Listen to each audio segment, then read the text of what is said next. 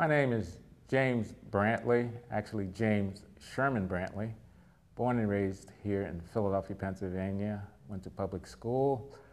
I started at the Pennsylvania Academy of Fine Arts in 1963. Stayed there for one semester.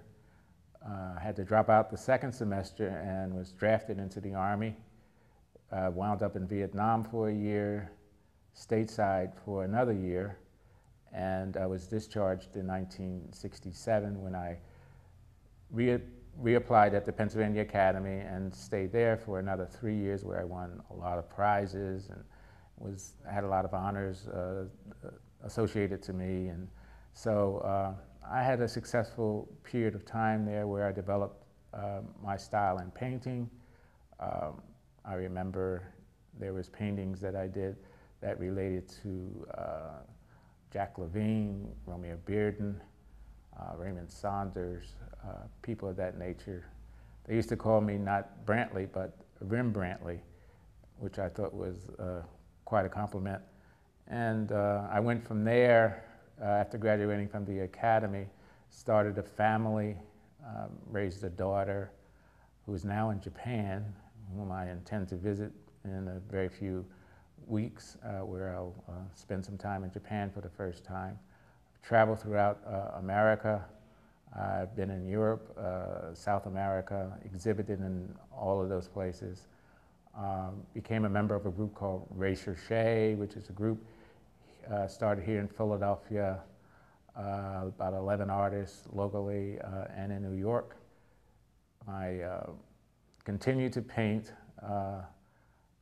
One of my focuses is creating vistas of vastness, where I exhibit techniques in painting balloons. If you've never been on a balloon ride, it's one of the most exhilarating adventures you could probably be on.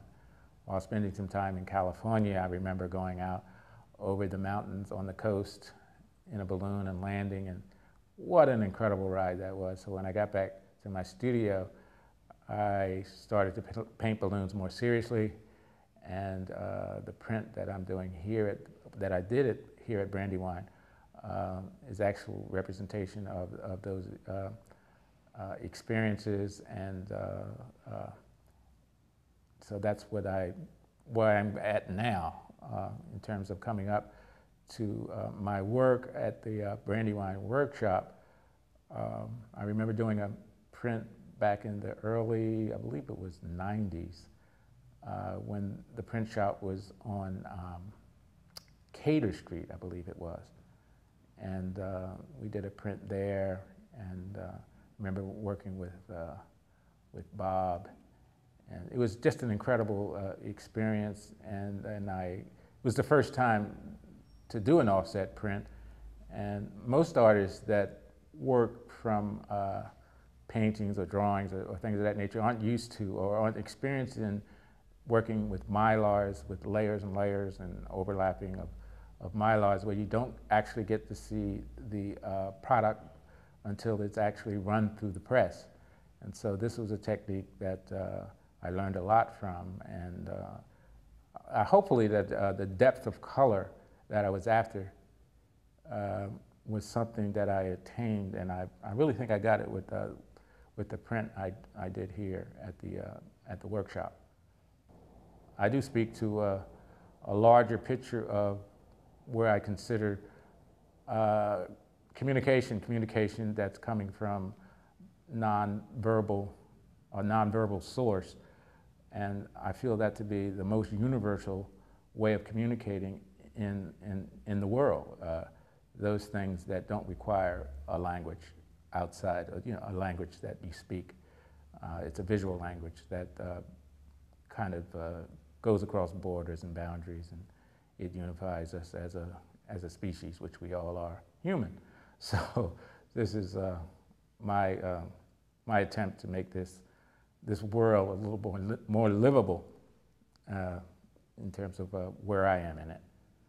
This particular print that I did at Brandywine, this is the last print I did, speaks to actual scale of where I'm going in my work. I think scale plays a large part in how I approach my work. I have a certain monumental approach to work in terms of spatial, how it relates to the individual and the subject.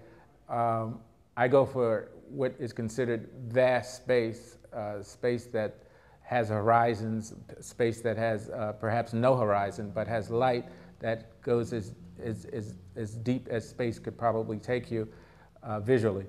The particular objects that I use in my work, I have a certain sensitivity to, so therefore these objects have a lot of meaning to me, but not necessarily to those that may not have the same impact on those that view it. I use a lot of shapes that float, such as balloons and different kinds of architectural shapes that are suspended in space, which creates a whole set of ideas in my head in terms of how I see the unconscious world. And these are the worlds that I've try to balance or try to bridge the unconscious with the conscious. Dreams play a large part in what I do, so you maybe in fact look at my work and have a dream of your own about the subjects that I use, hopefully. Thank you very much.